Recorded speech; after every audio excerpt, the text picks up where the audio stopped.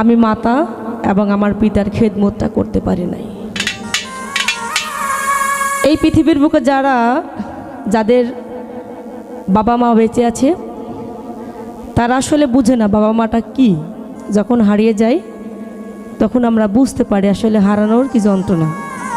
আজকে দীর্ঘ 11 মাস হয়ে গেল আমার জন্মদাতা পিতা এই ধরা ধাম থেকে ওফাত হয়ে চলে গিয়েছে।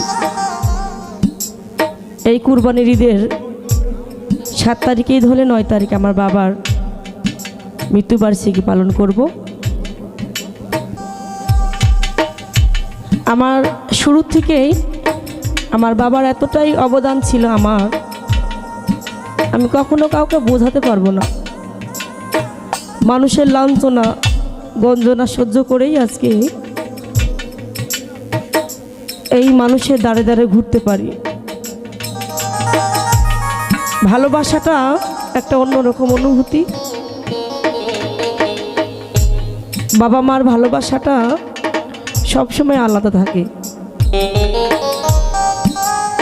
আমি দেখতাম আমার বাবা মসজিদে গিয়ে যদি কোনো সিন্নি পেত সে সিন্নিটা কাউকে দিত না, লক করে আমার জন্য রেখে দিত, যে যদি এই জিনিসটা খাওয়ালে যদি আমার মেয়ে গলাটা ভালো হতো।